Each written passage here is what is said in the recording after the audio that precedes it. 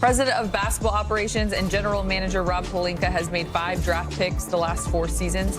Adu Thero is the latest in a group that includes Dalton Connect and Bronny James last year, Jalen Hood-Schifino in 2023, and Max Christie, 35th overall back in 2022. I want to take this time to welcome in General Manager and President of Basketball Operations, Rob Pelinka. Great to see you as always. Rob, congratulations on taking Adu Thero at number 36. A busy day indeed for you guys. You start with number 55, you move up to 45, eventually ending there at number 36.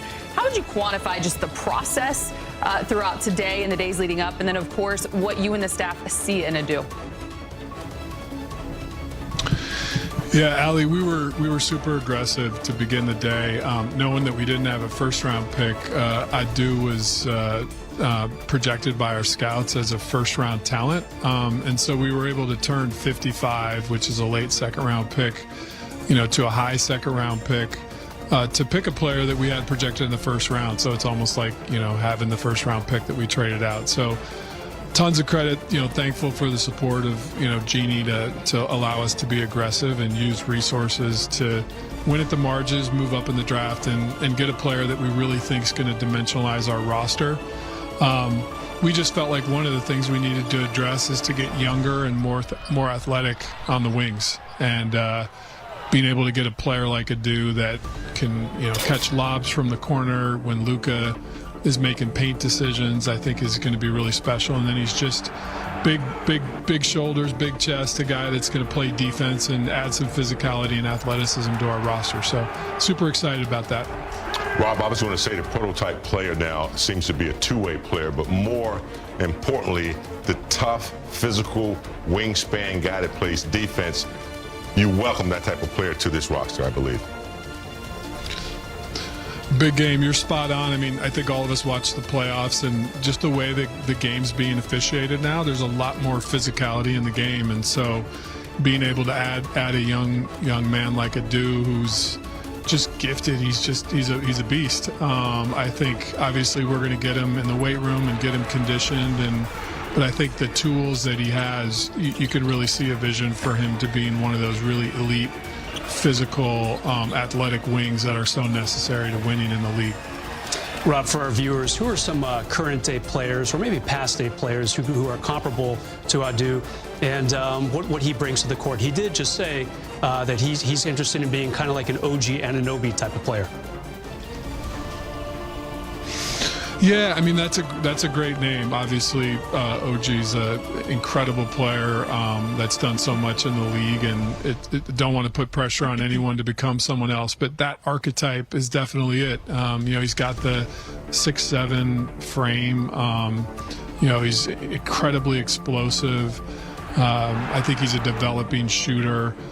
He's a lob catcher. I think on the other side of the ball, he's going to be an elite defender, and he has all the tools there. And JJ Redick and I actually hosted him in our building a couple weeks ago, took him to lunch, and really got to know his character. That's such an important part of the equation, and he's a great young man and hungry to get better and learn and grow. And we feel like we have a great player development staff here, and super excited about all that.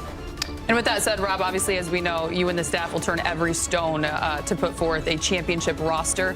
A strong emphasis at the end of season was finding a big man. Obviously, you get that strong two-way kind of individual in Adu, but what does this mean in terms of the big man moving forward?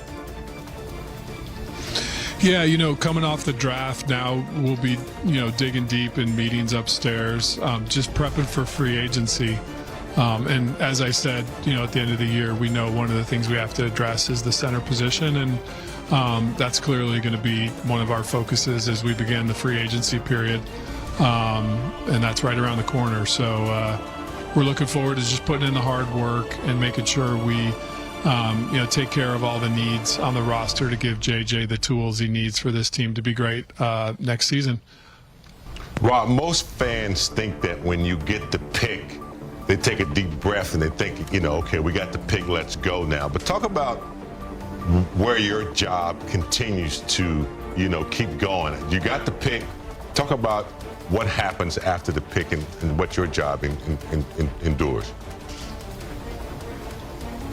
Yeah, it's a great question. I mean, it starts with the scouts and, you know, kind of putting together our rankings and our board. And again, this was a player that we had in the first round, so great value. And then now it's getting a contract signed with the player to be part of the team, which happens over the next few days. And then James, right from there is, you know, the NBA Summer League in Vegas.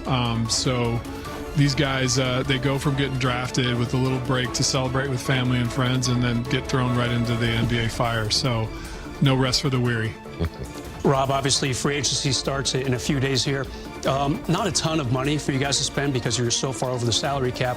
Of course, that opens up the question, is a trade in the works? How do you kind of weigh how active you need to be working the phones right now? Super active. We're going to turn over every stone, and whatever resources the collective bargaining gives us, we're going to use to the utmost. That's what we got to do. And we have a couple players with player options, so we'll get those decisions in just a handful of days. And at that point, we'll know the tools that we have to go out into free agency and fill out the roster. But with the draft ending tonight, you know, the work for that's already begun, but the focus now will turn from draft focus to free agency, and we won't rest till we get it right. You're a very busy man, Rob. As always, we appreciate you taking the time. Congratulations on all the moves made today to land a duo, of course. Appreciate you guys. Good to connect.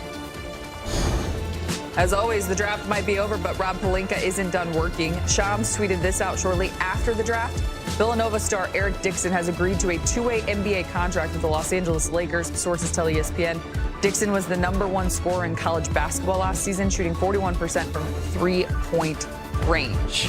So it's not often you find major second-round success stories in the NBA. Guys like Nikola Jokic, Jalen Brunson, Draymond Green are kind of the outliers. So when you are picking in the second round or even assigning undrafted players, Big Game, what are you looking for? To me, it seems like the first round, you get the talent, you get the flags, you get the exciting, you get the players that everyone is talking about. The second round seems like you get older players, a little bit more mature players, maybe been in the college maybe 3 or 4 years, and you're getting a shooter. You know, you're getting someone who can, you know, as far as the pick, you're getting, you know, guys who are experienced a little bit. You look at the history of the second round, and even in my day, you know, you had, you know, guys like Joe Dumars, guys like that. They seem to have a little bit more experience, maybe been in college a little bit longer, and they bring a little bit more calmness and experience right away, where you don't have to teach them as much. When I think of Austin Reeves, undrafted, who has that maturity, and so I think that's what you get when you get in that second round of players. Yeah, James, great analysis. I would add that, you know, nowadays it's really one of two things. You know, take the Lakers today. Are they going to draft for need? They obviously need a big man. They passed on that. So they went with best available player. And now more than ever, these second round picks, Allie and James, especially when you're higher in the second round,